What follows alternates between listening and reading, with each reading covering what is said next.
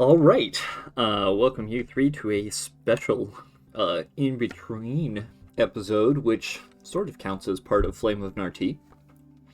This will take part during the part where Kua does his little disappearing act at night. And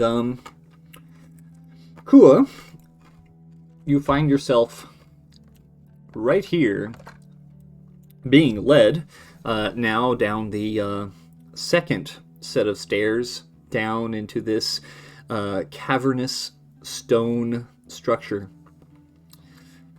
The guy leading you is this guard, who you have used your wiles upon, and is happily leading you down to have a meeting that you definitely have an appointment for.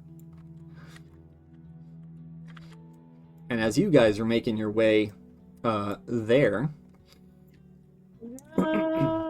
within this majestic garden surrounded by all sorts of interesting, unique flowers and plants, sits a table surrounded by pillows with tea and two common women who have been going through a number of small meetings throughout the day, some of them important, some of them boring, and it is getting very much near the end of the day, and there really shouldn't be very many more meetings. There's one that is planned, and as you guys are waiting and hoping for that meeting to come and be done, such as it is, this guard will step in and cheerfully announce,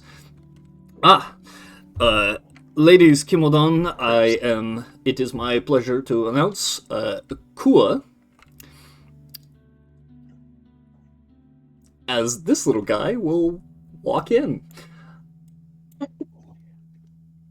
Bows. Abby, I do not believe you had told me of this one.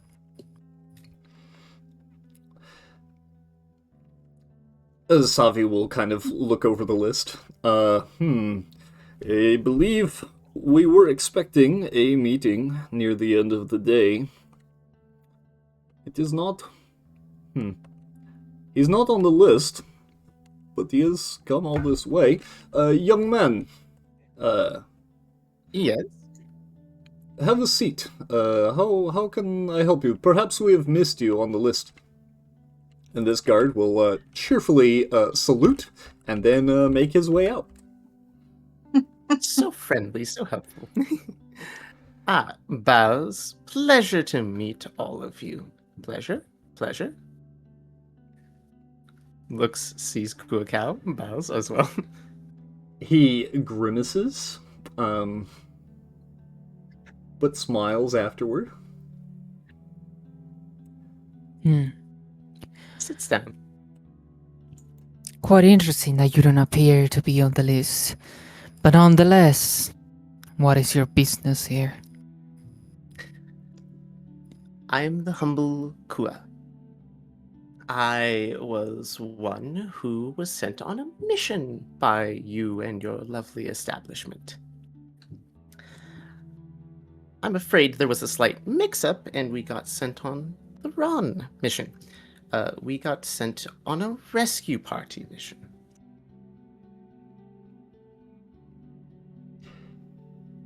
Sensitive to acknowledge, she nods along. I have been made aware of such misunderstanding. No worries. Consequences have been dealt, and regardless, you should have been, well, compensated for the trouble. You seem to be very fit for this task, even if not intended for you. He pauses for a moment. Odd question. Can I insight you whenever you said no worries? Yeah. Because to my knowledge, there were quite a lot of worries with what my party brought in. Oh, yeah, but she's not trying to hide it. She's not referring particularly to that. She's referring to the mix-up of the meetings. You do notice a hint of concern when mentioning the meeting up north.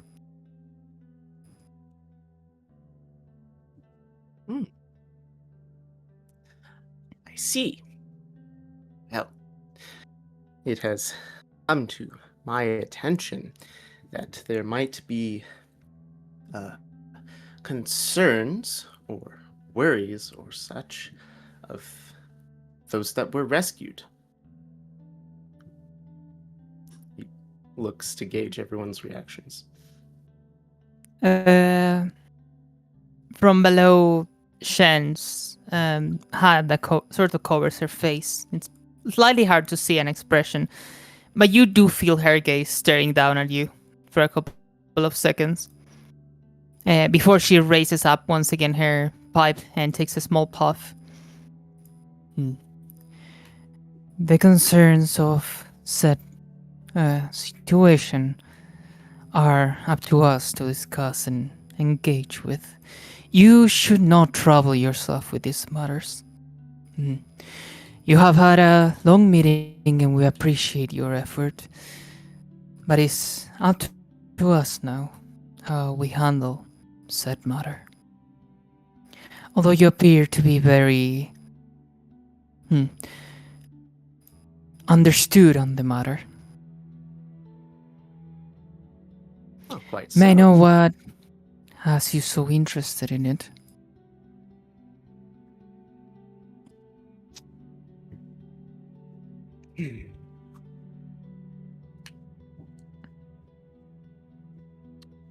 Well, I suppose I've made it this far. Do I have permission to be rather blunt and forward about all this? She will gesture to go ahead. Sits down more comfortably on the pillow and looks at the two of you. Roll me an insight check as you get more comfortable. He is relaxed slightly.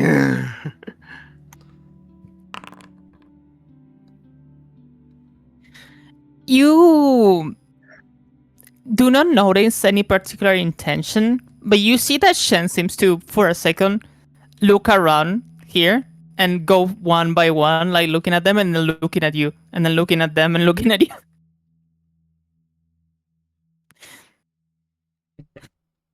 Looking at them, looking at you, looking at It is at this point I will start to use abilities of mine. Cranking out all of my sorcery points into this. That is a subtle spell, a heightened spell, and one detect thoughts. Okay. Shen will counterspell that. It is subtle It spell. is subtle. Well, but subtle spell doesn't necessarily. Well, at least in normal D&D doesn't work like that. So with thought but speaking, it does. However, what I will say is, if you pass this wisdom saving throw, you will immediately know that it was tried. Okay, I see. Who are you casting this on boy. specifically, Kua? Is it Shen?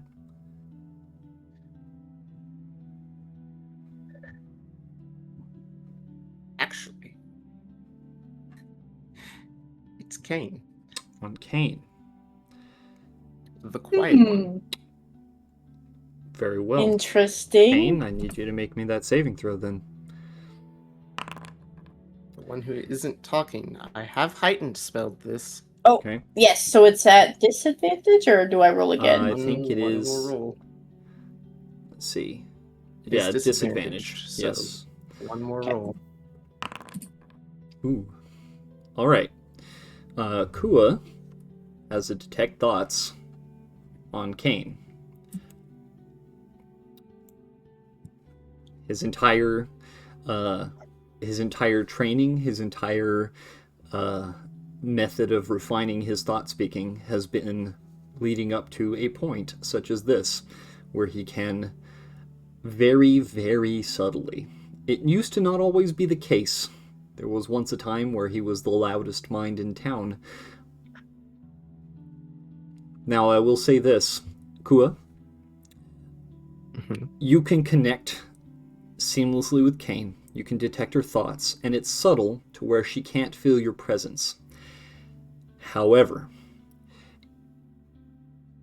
there will potentially come times where I will have you make checks to continue to not be detected.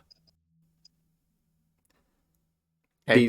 These will be based on your emotions and reactions to things. Okay. Okay. All right, carry on. I'm simply interested in surface thoughts at the moment as this meeting is being held and you're quietly sitting there while Shen does all the talking. Waymaker, can I ask how thought speaking usually form thoughts? Is it like a feeling, just mental words? Is it visual? It's kind of like what he's looking for is surface thoughts. And thought speaking does affect the surface thoughts. So basically, when you're sitting and you're talking to somebody, and if you ever have like, oh, I would say this, or I'm waiting for them to finish saying what they're saying so that I can say this phrase. Haha, how very clever of me. That kind of thing. Otherwise, scents, colors, shapes, and pictures are also there, but the way surface thoughts works, it's very much about in the moment, what is your follow-up, right? If you reply to things in your mind that maybe Shin says, or one of the husbands speaks up and you have an opinion about what they say, that kind of thing. For the conversation, would it be easier if I type side chat thoughts? Like Sure. just immediate thoughts as the conversation happens while he's Of course, connected? we can have a chat react, Kane. That sounds great.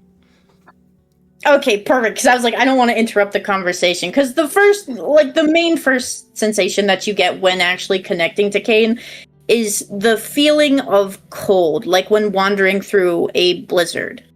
That is the edges of her mind before you actually reach any direct thought. And the first one you get is a little... It makes the pit of your stomach kind of feel uneasy as there is ire directed towards you. She is not really regarding the conversation. You just get a sense of wariness that she thinks you might be some kind of threat towards Shen. Very good.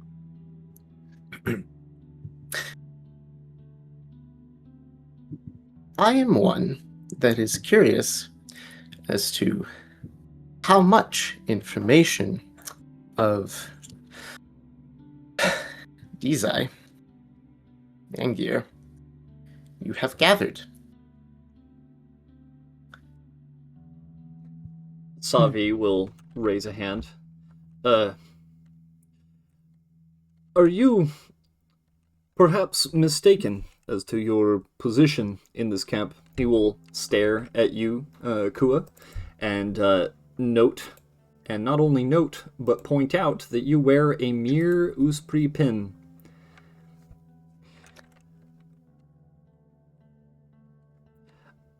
I believe. Look at my pen.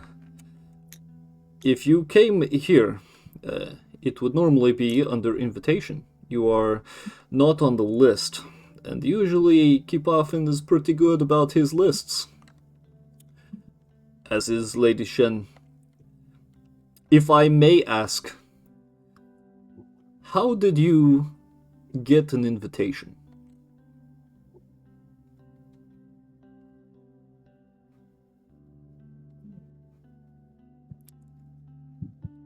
Well,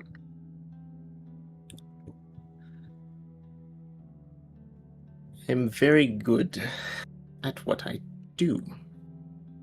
I've come to provide information due to the fact that there are very powerful leaders before me, and I would like to keep things from becoming messy, because I don't think that they are messy. Hmm. And I worry that whenever, and I glance in the direction of Kuokao at this moment, someone seems extremely worried about our report, that misinformation might be given. If they don't have all the details. So you are here to provide the details. Is that correct? Yes. Which is why I'm attempting to gauge how much do you already know? You seem to be very cautious for somebody with such altruistic intentions. Are you planning of gaining something of this? I would say that by looking at the way you handle yourself, you seem very careful and guarded. You for sure know the art of trade. I could sense you're looking for something out of this. So what is it? Perhaps... No, go ahead. My apologies, madam. I suppose, overcautiousness and paranoias come from, traumas I've suffered through childhood. The Maganis attacks and all that, I'm sure you would understand. Caution keeps one alive.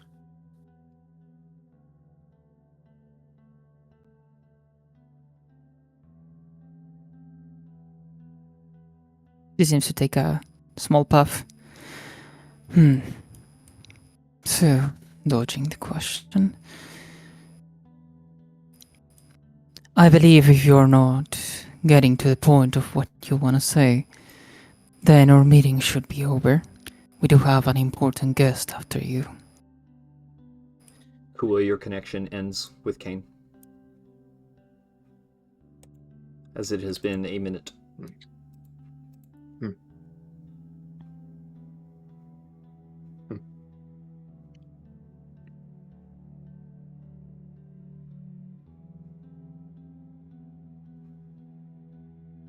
The person who has come to your town is, in fact, the one known as King Dizai Liangir. I have listened to their thoughts, and I know this to be true. They were under attack by Maganis. We saved them. They are lost in this world. They do not have a full grasp of how much has changed over the Maganis attack. They seek to, hopefully, be, what's a good word? Allies? As they move on to eventually find and rebuild their own clan. They are not a threat to this place, and I hope that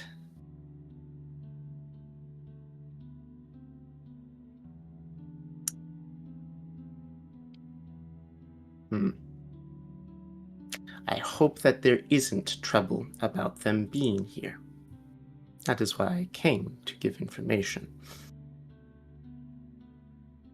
For the first time, you see seems- Kane actually move to look at Shen. Everyone seems so worried and on edge, and their thoughts and fears of such are very loud.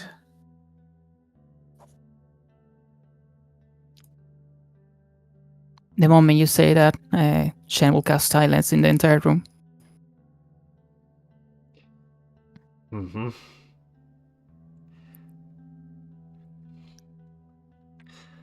Kua, you feel muted. All the little voices, all the little sounds that you tend to normally hear, even the bass line of the moon chant in the very back of your mind, goes quiet. As you look around the room, make me a perception check. About to ask another thing, Mm-hmm. as I will roll that for you. Okay, with a Does 14. that affect abilities like telepathy or telepathic speech? Because the thought speech is because all of it is telepathy, I would say in this case, yes, it very much does. With that 14, I can tell you that out of everyone in this room feels the silence drop. The only two people who don't slightly flinch from the jarring sensation of the lack of the moon chant are Shen, who cast it, and Savi, next to her. Everyone else kind of gets a little bit of a jolt. Now it's my turn. You may incite Kua. Okay. Either, both of you. Doesn't matter. Shane has no fucking idea. He's very handsome Oh, and gosh. so Tell small. me your secrets, little man. Hey, Kane. As the silence drops in the entire room, you will notice Kua's eyes almost go slightly wider and dilate, and he will briefly word, "By the moons, it's actually quiet."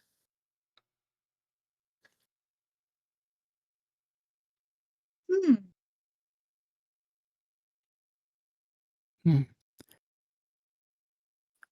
And he will look up and try to return to a more normal pose. But seeing as you're a thought speaker, this seems more safe. Apologize me. No, that's not the way of saying it in English. My Excuse me for apologies. my impertinence. My apologies. Yeah, if I apologize me. Apologize me now. My apologies, but I guess you'll understand that there's things that cannot be risked. Regarding this queen that not this king that you speak of. You If know that's the true. territory. No.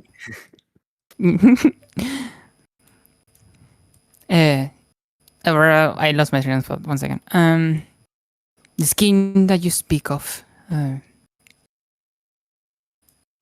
If you can confirm their authenticity, then I'm afraid that you have actually caused the opposite of what you intended.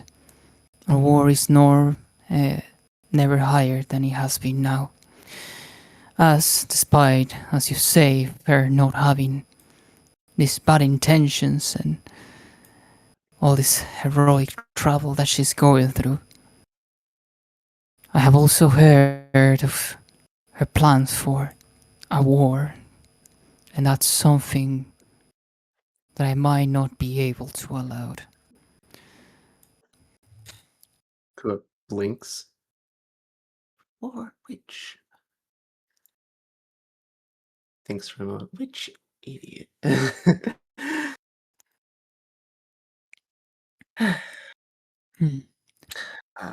War. That.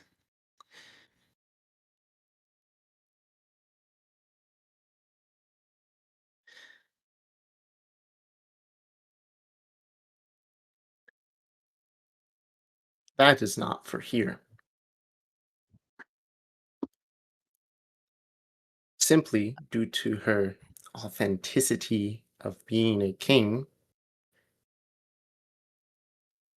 she has taken a disliking to Rubrandi. And their king. But she herself is not immediately planning some war or trying to gather support for it. She simply Nonetheless, seeks, much like those of the Kimidon outpost building this great land, to find a place to rebuild after the Maganis attack.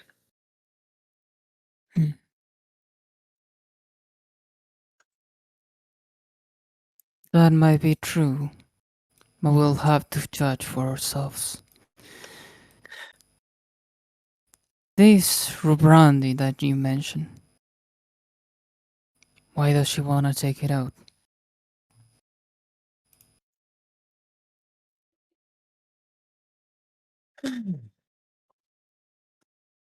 Because of the old ways. Their current king is, in her eyes, dishonorable and has forcibly taken over and stolen or killed for Kyrals.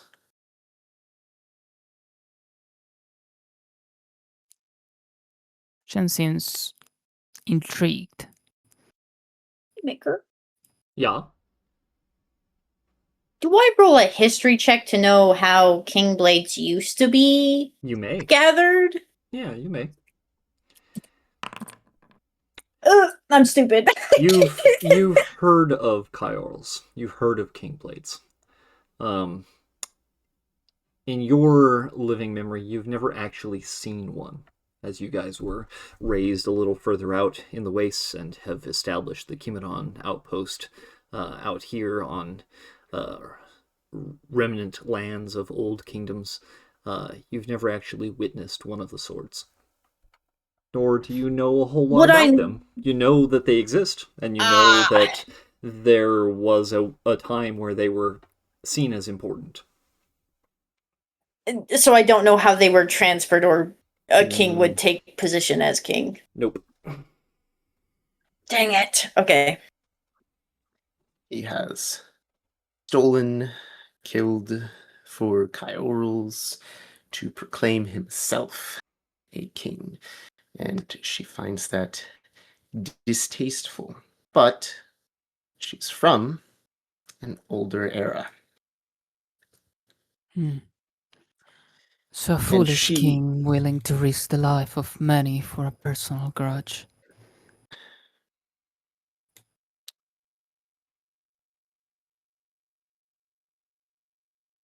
I would not call her foolish. No, not from what I've seen. Perhaps not in the way that you think, but one that is for sure willing to waste the life of many. That is foolish to me.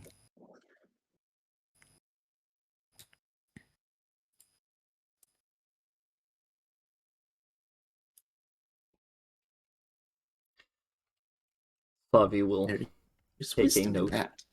and then he will chime in. Our opinions of this king that you have found are somewhat irrelevant to you, Hunter.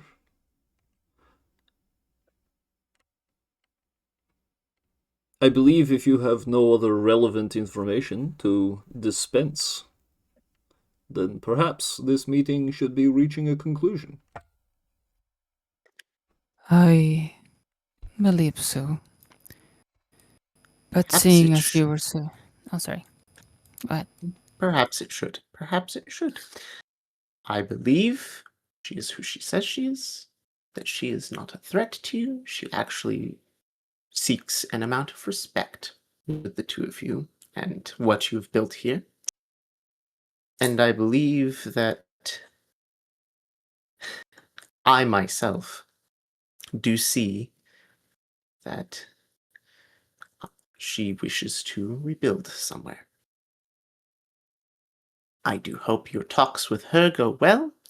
If you require other information, well, I have plenty. We appreciate the assistance then. We'll take it into account.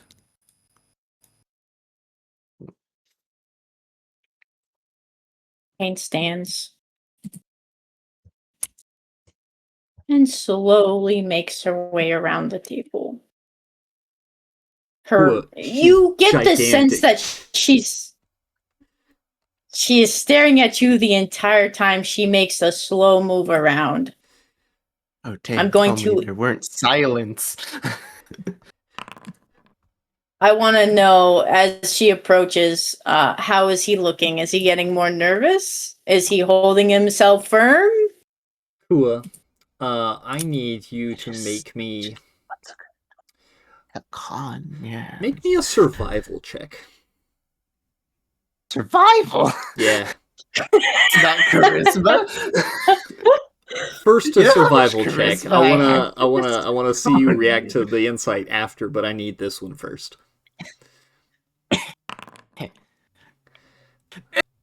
Carry on.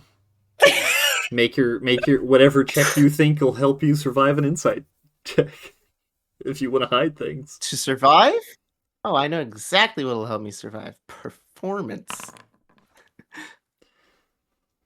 Okay, since you both rolled a 16 and this is Vibrating player versus intensifies. player, I'm gonna have you both re-roll that.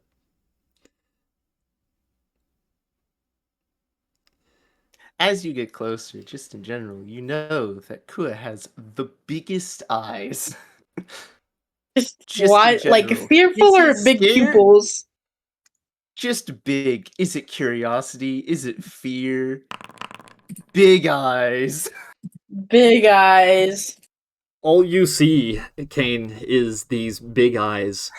Kua, from your perspective, a 10-foot tall, very curvy woman is slowly approaching your position.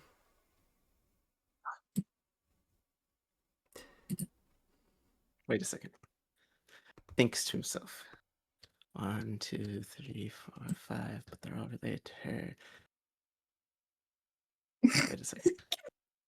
Wait a second. New objective. Oh no. Survive. Insane. Survive is crazy. Blinks. Madame.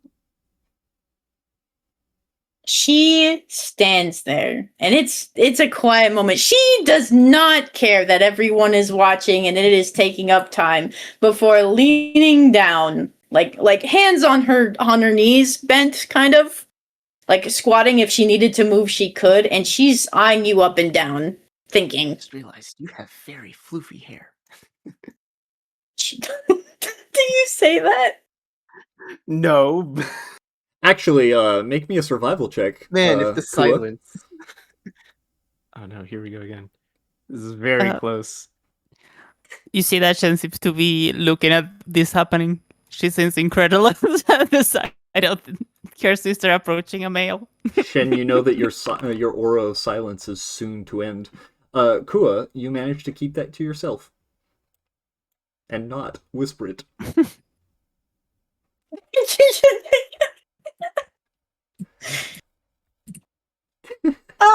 It's just internal screaming. Once Kane seems to take a long moment of silence, she will stand back up and turn to Shin. Should I? And when you say yes, madam, she reaches a hand down and gently puts it on the top of your head. It is oddly gentle. Should I see him out?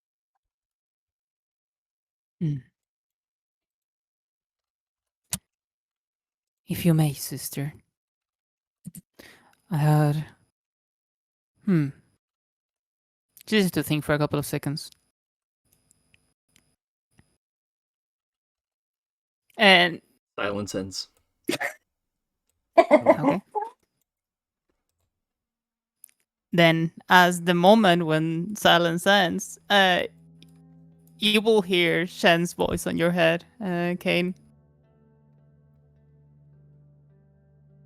I believe the most prudent course of action would be leaving him for a few moments on the What would be the word they would use? Under custody. I'm afraid he might interfere with our next meeting. His friends can come pick him up later. As you say that, Kane has her claws and she's just gently like twirling it in the top of his floofy hair, just like toying with him. Like this is a chew toy for her. Kua, who are you like connecting with thought to? speaking. This is to Kane, whether you want it or not.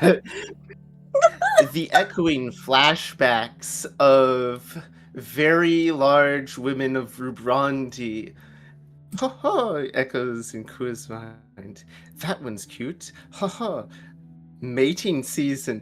Kua just like, crap. Alleyway. Where's the alleyway? When's your Hold coming of on, I age? need this When's your coming of age, little man? explained to me. What is this? What Are you asking is him? it? Just like 17. I'm asking? No, like out of character. I'm asking what is it specifically that she's hearing? Oh, you're hearing You're the seeing pictures of voluptuous ladies approaching his position. Lots of big women. They're all catcalling him Oh my- incessantly. You can hear his And heart Kane- beating in his chest. And then there's Kane, almost gently patting me on the head. And Kua's like, oh,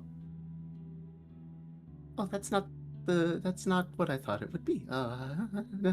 There's the thread of a claw. It's a single claw. That's, you know how they just like twirl your hair. Have you ever seen Disney villains do it? Like yes, Scar. we're also cat people, so I fully. Yep. Huh.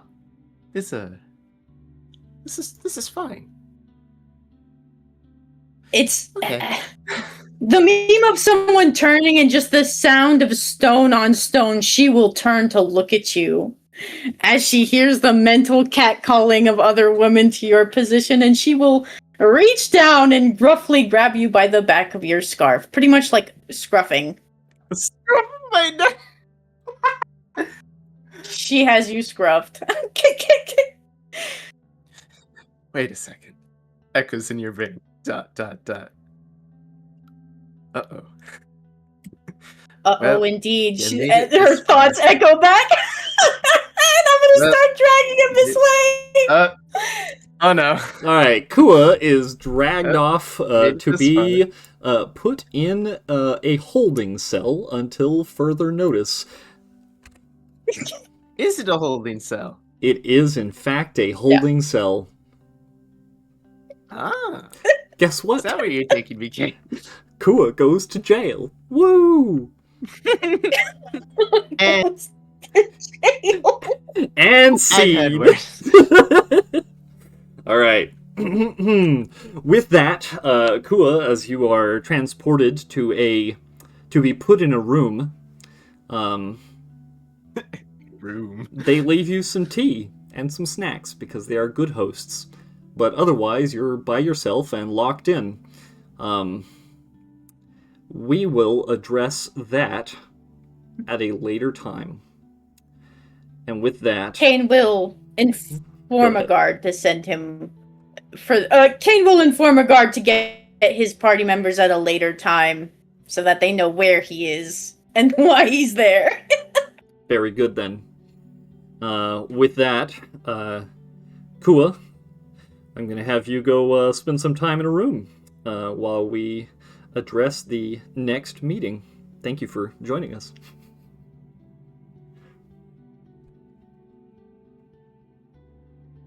Hello. I think I killed him. Oh, there he goes. Oh. He's gone. He's gone. All right. Did not expect you guys to put him in a room. That's kind of cool. Amazing. All right. In that case, Kane, after you are done depositing him in a room, rejoin your group Yes. as you await the next meeting. Savi will look at the list and say, it appears that our meeting happens to be, in fact, with this king. Now, both of you know the things that Kuokao has expressed, as well as the information that I gathered from Bjorgir. He was most informative, but at the same time, not as informative as we hoped. And then this one just waltzes in, drops a bunch of information and opinions. Now, deciding whether these opinions are to be listened to and actually heeded is, of course, up to you. But I might suggest in the future, anytime we see someone with thought speaker beads come through that door, my love, perhaps you can hit them with, your abilities as soon as possible. I am mad because I wanted to aura farm with the counter spell. I didn't know it wouldn't work, but I would have casted silence otherwise. I just wanted to be like, no, you cannot do that to my sister. That was pretty sick, though. I hate it. I fucking hate it. You guys had an awesome thought speaker duel because he won a little bit, you won a little bit. The Battle of Minds. Ooh, so sneaky, super spy stuff. I left my guard down. It's been a long day. Well, do not harden my moment of frivolity with a joke before the future meeting, but it is possible that, given his demeanor and stature, perhaps you were distracted, and he'll give you the eyebrows. She looks at you, down. Kane leans in to hear what the answer is, the verdict. He'll sip some tea. You're lucky you're cute. Kind of chuckles into his tea and, okay, I can't drink it this way. You're very funny. Right, any moment now, I'm sure they will appear. They will arrive, no doubt. As he says this, a guard will appear. He appears to be a little embarrassed. My ladies, what happened earlier, I was not in full control. Something happened. He was so friendly, and then I realized he had beads. He was a thought speaker, and he got in my head. I will not let it happen again. He will salute. And he's just stiff as a board. No worries. 1 second. Give me 1 second.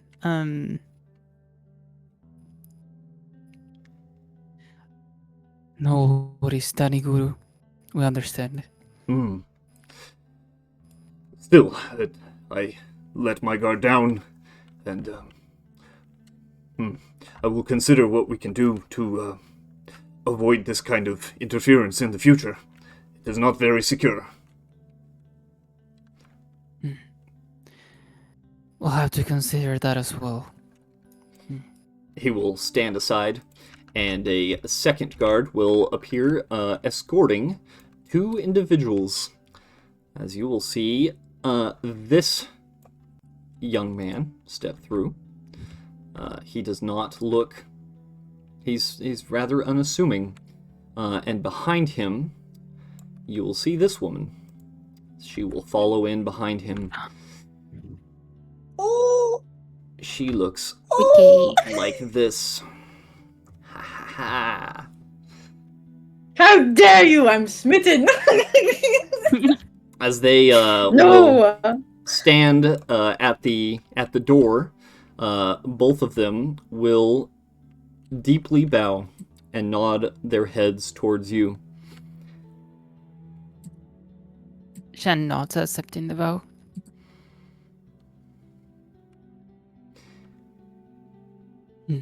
Kane remains vigilant, but seems to do a slight tilt of their head in acknowledgement.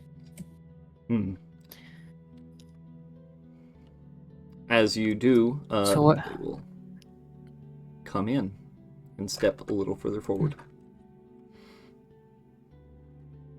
So I presume you must be Mrs. Desai.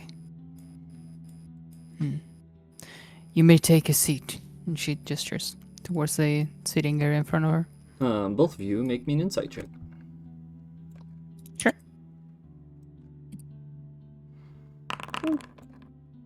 Okay. She's too pretty. She's pretty. Shen, as you call her Miss Desai, you will see this guy flinch, but stifle what he might say. He frowns, but he will take a seat. Desai will smile and nod, and you'll see that she wears the garb of a warrior. She wears a padded coat surrounded by the wrappings of her clan. It is very light and very modest armor, but she wears it even now as meeting clothes.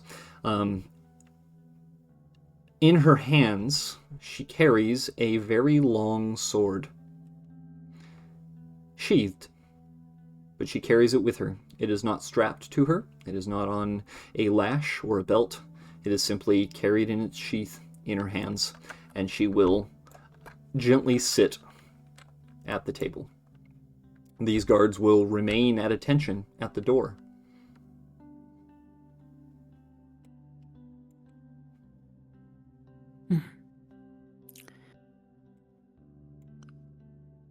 So, what brings you here? Desai will take her sword and lay it across the table in front of her. And she will set it there and remove her hands from it. She will look about the room and everyone in it, and she will say, I am Desai I Langir. My family and my kingdom are denizens of this region for 2 generations. I am a warrior. I am a king. I am a leader of a people. I have been called the Flame of the North, the Foe Breaker, the Empire Crumbler, the Circle Crasher.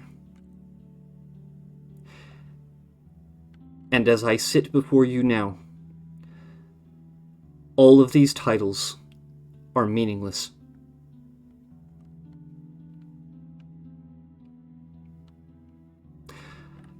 I have come to parley,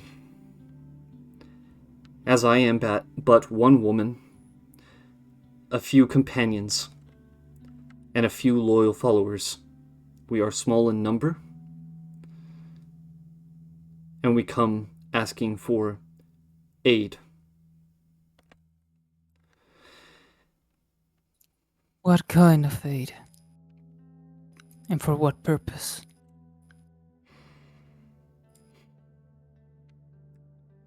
She will think for a moment.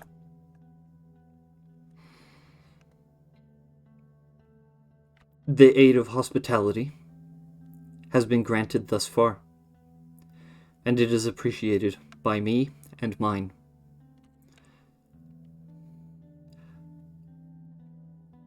I have a journey that I must go on. Unfortunately, my end goal is one that has been expressed as unattainable in my current state, with my current alliances and current forces.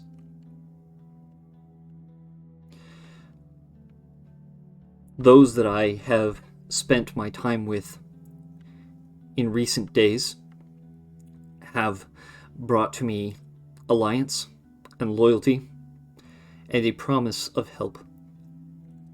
They will not be sufficient. They are also reclusive. I will need more than that. To tell you truly and plainly, there is a foe that I must defeat. His name is Raz Afirev, the Red King of Blades. Both of you make me a history check.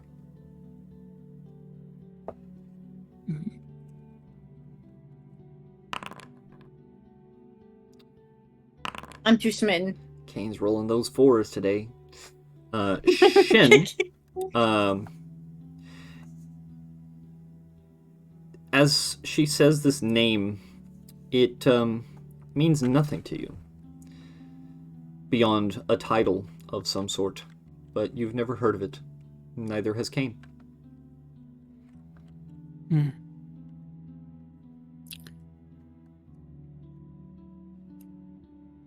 She seems to think back to the conversation that she had with Kua prior to this.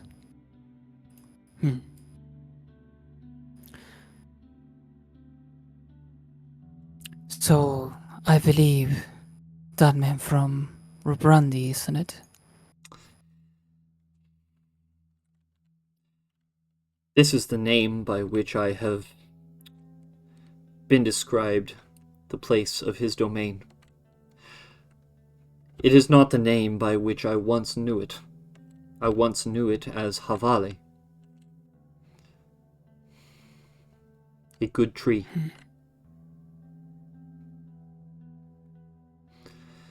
I see. Then, from what I see, you're in front of us asking for aid. For a conquest to bring down, presume, this tyrant that you speak about.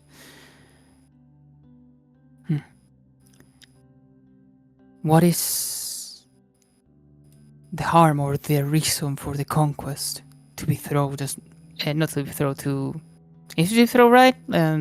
Dethrone? Dethrone, yeah. Yeah, that's correct.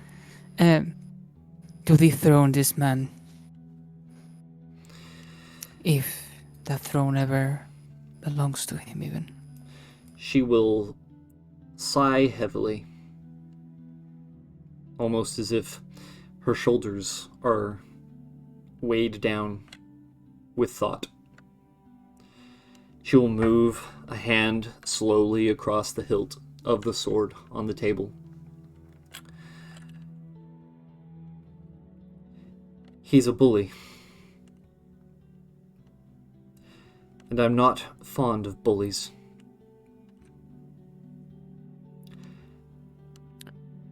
Shen slowly moves the pipe on her hand towards her mouth.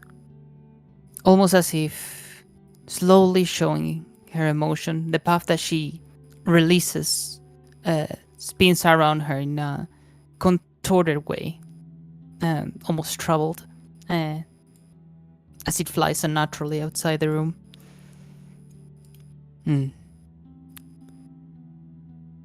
Then, Mrs. Langir, I would have to say that you should be careful about the way you carry about this conquest. I do understand the meaning and value of old tradition, but I must say it's quite amusing to see you like this. Where have you been all this time? She will smile. No. It is a strange story, I'll admit. Before I tell you that tale, you claim that you value history and tradition. What do you know of the ruins upon which you have built your domain? I know that they used to belong to your clan. I found a statue of you, below of which one of the members of your clan still remained. The last one of them. Make an insight That's check. what I know of this land. She'll make it. Hello, Ibris. Kane, you may as well.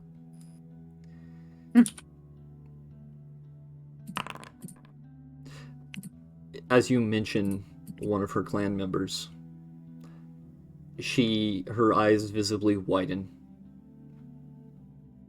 She's barely hiding it. See? Desai. King Desai. I understand the purpose of your conquest. But if I might do a suggestion. Common folk are not ready for a war right now. We have had no kings for a very long time. No guidance, and the worst situations we have ever been. Everybody has lost somebody in the past years. A war against another common seems unfit for more than a bully that he may be. I would have to say that people have suffered enough. At least for a while. Having you back would be helpful to every common.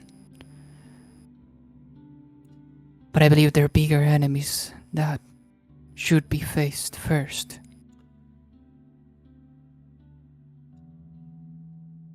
She will pause, listening to your words, taking them in, visibly trying not to ask more questions about her clan member. You can see that she wants to, but kind of puts it on the back burner. These lands that you have built upon, they were at one point mine. And I do not require them. In fact,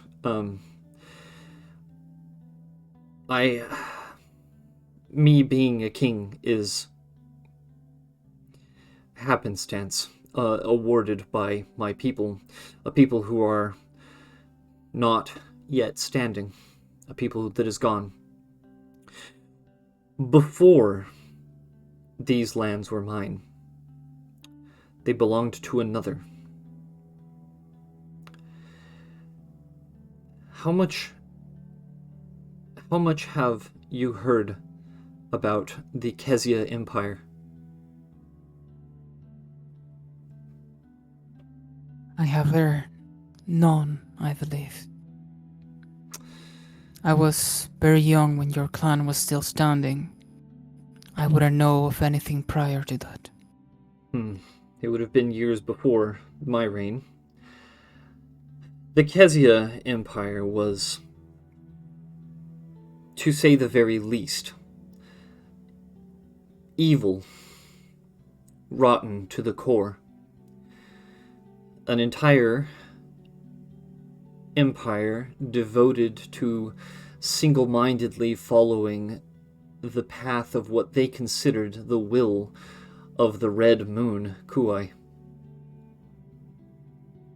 They are the source of a moon priest sect that I have only recently truly heard of. They call themselves the Seventh Claw. This kingdom was fond of ritual sacrifice. They employed slaves. They pushed the boundaries of natural life by playing with the boundaries and pushing the limits of the thought speech.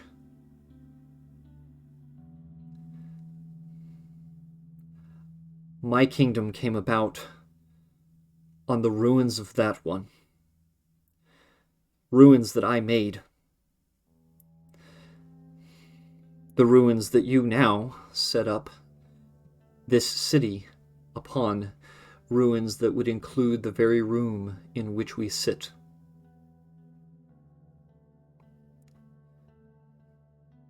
The stone walls of this location were at one point or another saturated with the blood of Common.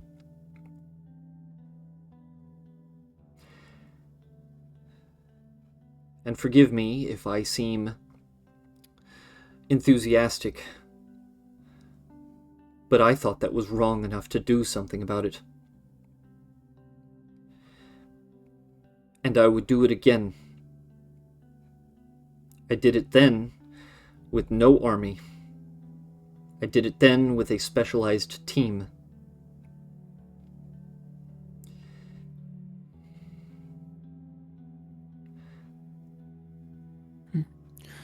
Ari might be missing a little bit. Is she implying that Raz is somewhat similar to this? I kind of lost a little bit of the... Yeah. She's implying that Raz is her goal, and that she doesn't need an army to go deal with him, based on what she did to this empire. She collapsed an empire almost single-handedly. Shen seems to know that not along. This king... Pain crystals, anger, palpable off of the second sister.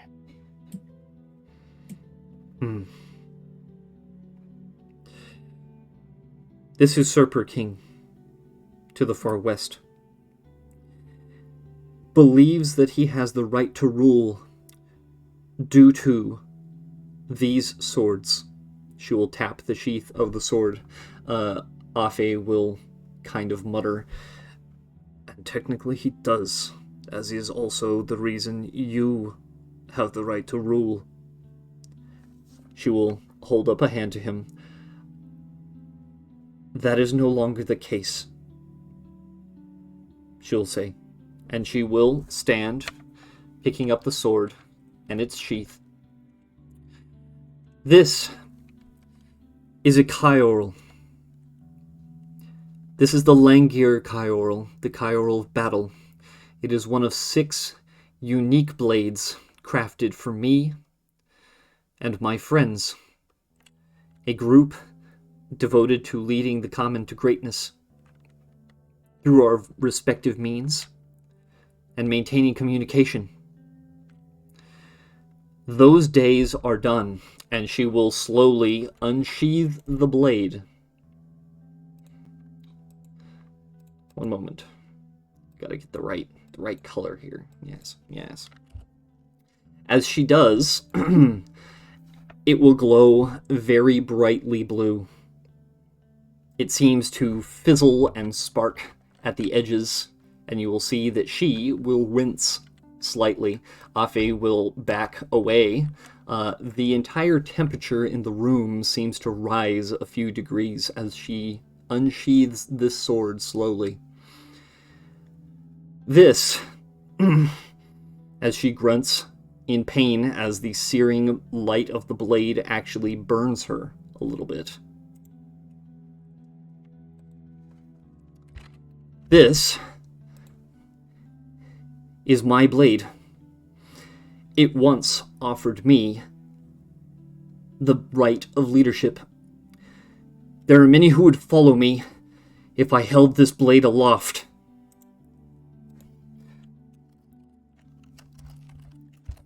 That is not my goal, as she will sheath it and shut it once again. The temperature in the room begins to return to normal, and it almost feels a little colder than it was before. There are 6 of these blades. This one is mine.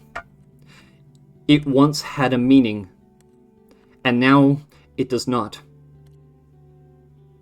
Now It is a long, pointed stick with which to smite my foes. This usurper king has claimed 3 of my friends' blades. I will not rest until I put them to rest. I do not care for him using the legends of my fellows to support his claim. If he is fit to lead, people will follow, sword or not. But I will not let him keep my friends' corpses in his hands and call them his claim to rule.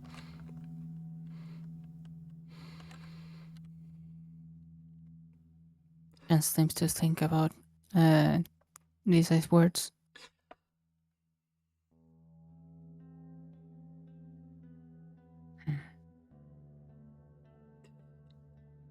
Then if that is the case,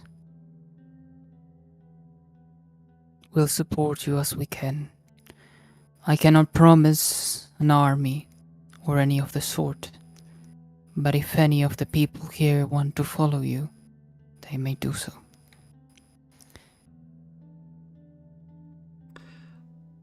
I have looked around in my time here, she'll say, as she glances around the room and meets the eyes of each that she can find.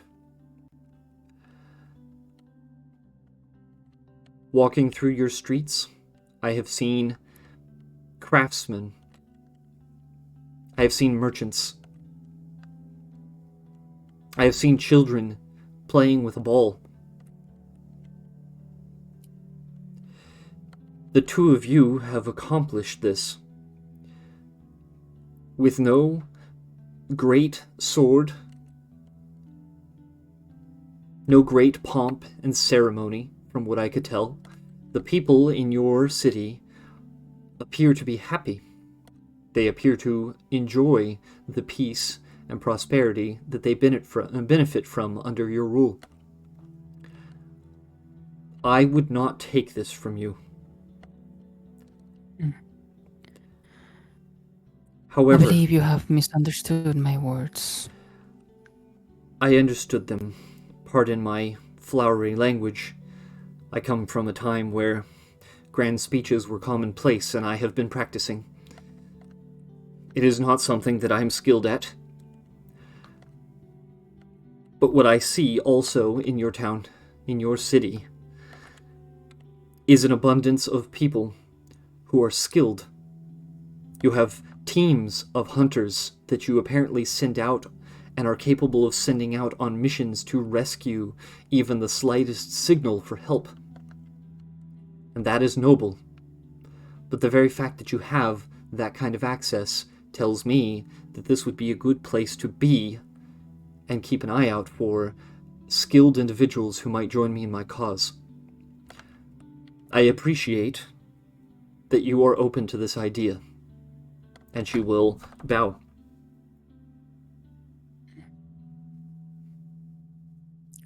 She bows back.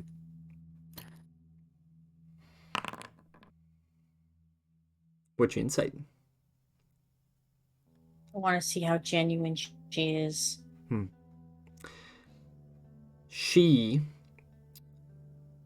seems genuine. However, make me a further check. I need a perception check. Okay. With that perception, the way she bows, it is a bow of acknowledgement, but not of submission. This person who stands before you is not very big by your standards. She's bigger than most Ha. She's about 6 foot. She stands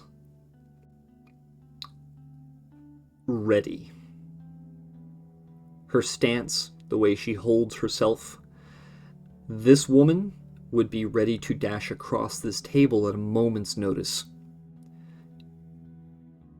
With your perception, you can tell that the 2 guards that stand by the door would not even remotely be ready by comparison. This is a warrior. This is someone who doesn't mince words. She has been nothing but direct this entire time, and everything about her stance tells you that if she wanted to, she would fight. But she is not.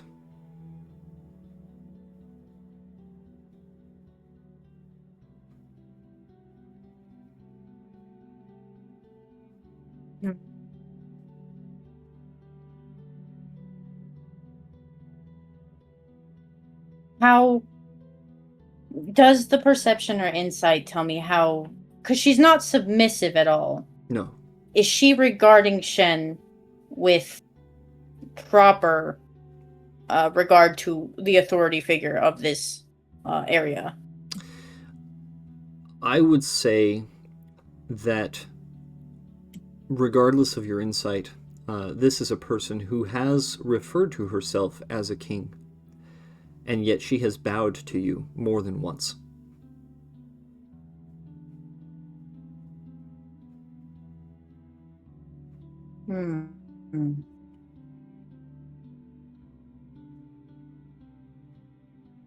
Kane's tail lashes visibly.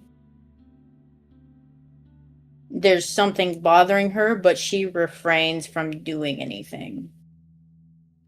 Hang on. Let me see if Dizai would... Her insight sucks, but we'll see.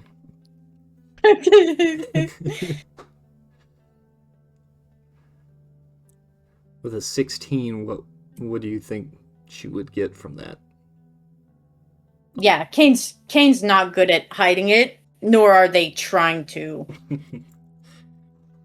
As Dizai comes up from the bow and analyzes the room once again, you can, still with that perception check, you can tell that she almost seems to constantly keep an eye on her surroundings.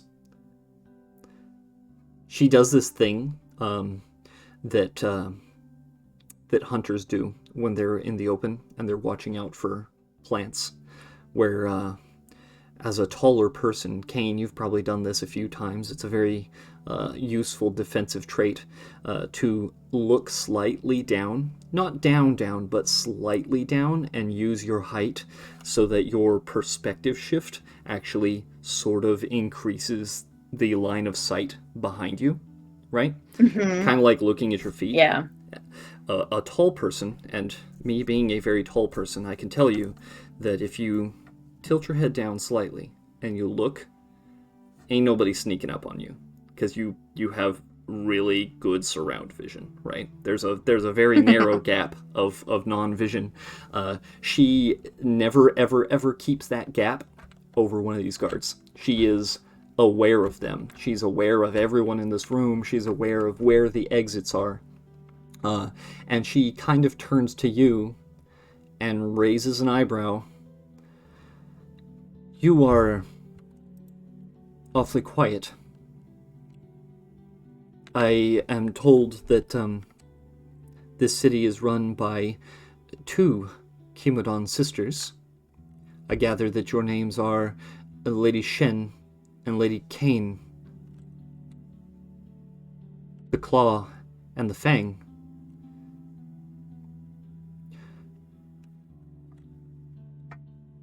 Does only the Claw do the speaking? I would have your words as well. What? The Fang, but yeah. Yeah, the Fang. I had them swapped. Whoops. Does only the Fang speak? Does the Claw not? Kane looks to Shen as if allowed to speak. There is no hesitation that Kane gives Shen the right of choice in everything. Shen nods.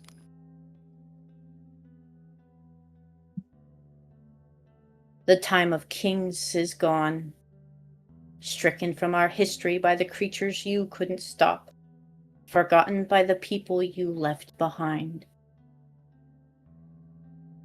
And though I understand your plight against this tyrant god, you would willingly take family to slaughter again. She will breathe out very slowly through her nose and close her eyes. She will take a deep breath and look towards you, Kane, with the eyes of a warrior, and say, I did not abandon them. I was taken from my time 1 week ago. At least for me. For you, it has been 15, perhaps 20 years. Had I been here all this time, there would be no aliens in our world. And now that I'm back, I intend to make good on that intention.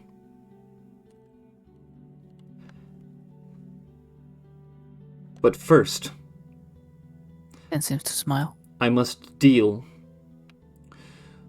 with one who has taken one of the few powers in this world and put it in a box. One who has the ways of motivating grand numbers of common, a way of inspiring, and is keeping them to himself. I guarantee you this. If the common of this age are anything like those of my time, like my brothers and my sisters, and those who would follow me, those who would follow Bajeo, those who would follow Amihi,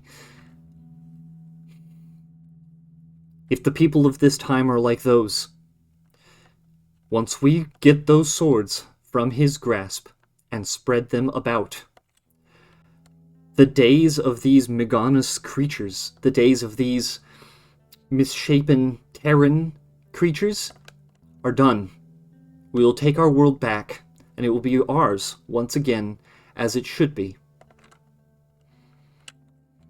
I have not had good experiences with these creatures.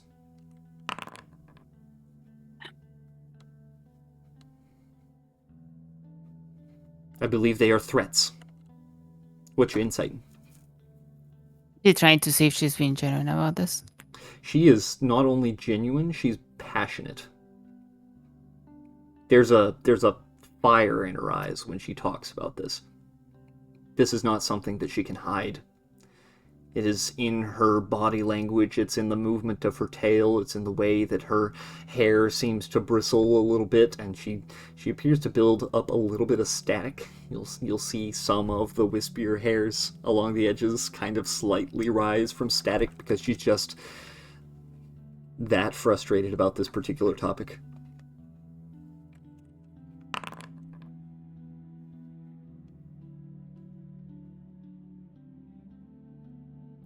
Kane seems to almost relent. Not deflated per se. No, of course but not. giving Dizai her moment.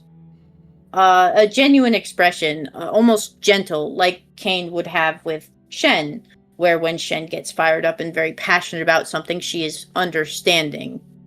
Like watching a child be like, this has to be done.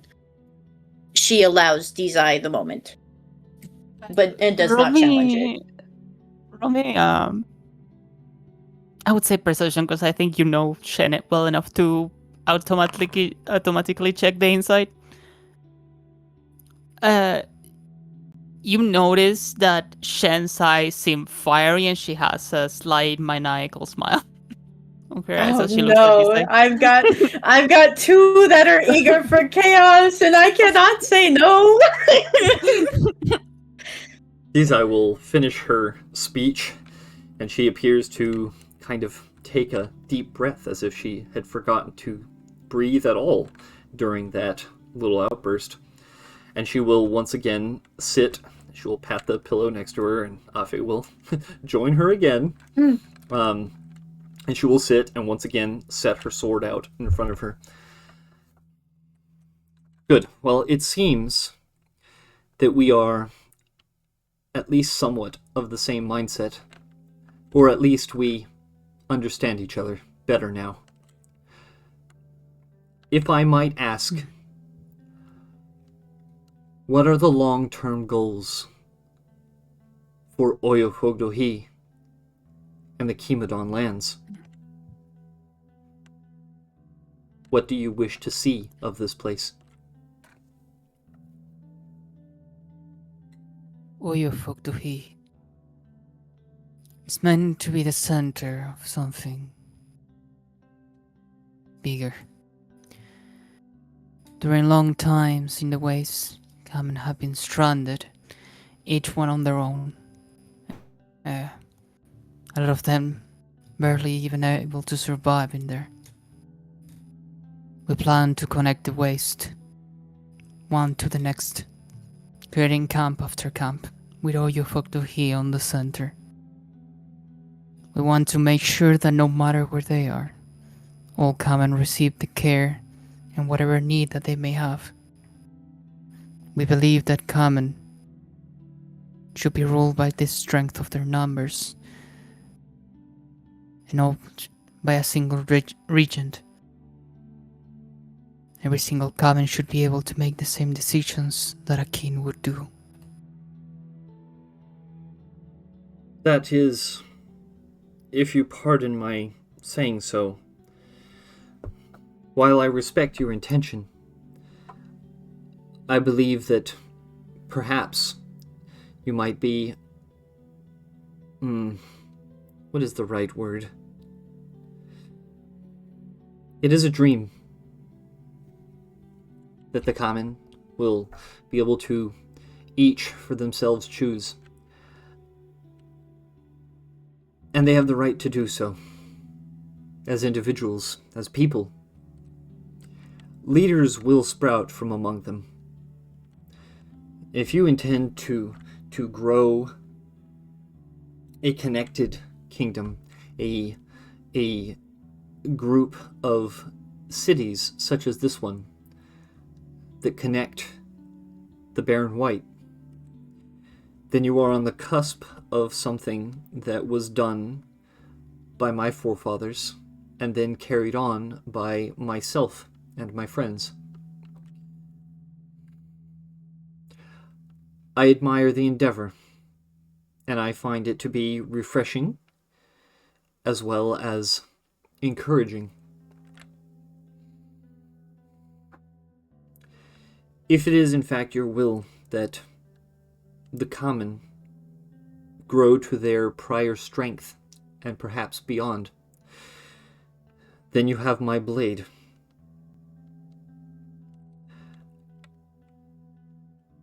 When the time comes, after I have freed its sister blades, I will return. And if you are still here, still pursuing this noble goal, then you will have one.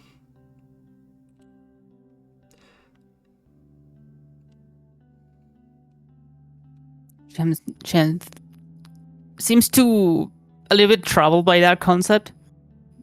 She's... Then I shall consider the offer when the time comes.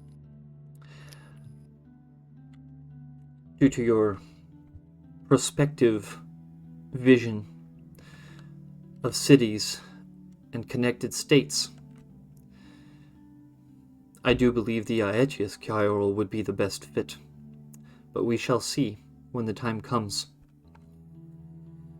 Thank you for meeting with me, as she will stand and bow once again. Oh, one more thing before you depart. And she will gesture something to Savi. We'll give you the direction where I can't say the name. Shoyahi? Shoyahi! Where Shoyahi is... Yeah. Where Shoyahi rests. Why did I say so hard? She has I must let you know before you go there. She's been forgetting stuff lately. Might not be the easiest conversation. Uyahi But she's is the last member we found. the woman you found under the statue. Yes. She'll take a deep breath and kind of stiffen her shoulders a little bit. Very well. She seems nervous about the concept, but at the same time, eager.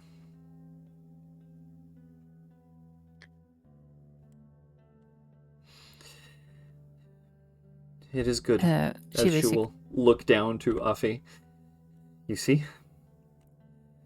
Maybe we're not the last after all. And he will, you'll see him immediately wipe a tear from his eye as he'll kind of turn and, like, start to back out, hiding his face. Go ahead, Shen, sorry. No, she would write she would ask Savi for a piece of paper and parchment. She will write there where she can find it, and will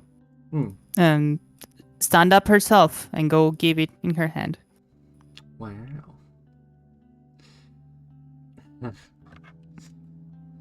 Thank you. Has been my pleasure. May I say, and don't take this the wrong way, our previous attempt at multiple kingdoms was entirely headed up by Kamen Ha, besides myself. In my time, at least, Ro tended to be more solitary. May I ask, as purely a curiosity, what would lead to imposing people such as yourself and your sister to want to surround yourselves so thoroughly with the populace? Shan seems to be struck for a second, almost like a whiplash. Perhaps not the most ruler-like thing to say. But when the stars fall... Sorry, go ahead. No, sorry, go ahead. She thought you were saying it about her for a second and smiles, and then you continue and she's like, oh, No. Actually, she's talking about her. But, well, you're running away at the sounds of screams alongside your family, and the stars fall above you. You see the sight of Meganas and their shapes behind the smoke in the distance. Being abandoned and left behind to your own luck makes you want to surround yourself with family. And perhaps hope that this time they won't leave you behind. And she will turn around towards her seat. Wait and be quiet for a moment as you walk away, and she'll speak up. I'm sorry for your loss. I share it as well. We will fix it. We shall. Very good. And she Shen. will once again bow. And Shen bows back. Yep. And then she'll turn to leave, and as she does, there is a booming, crashing sound beneath your feet, as something has happened on the lower level. And that's where we'll leave this session. Ho ho ho! Oh my god, I had plans to tell the husbands after the thing! No!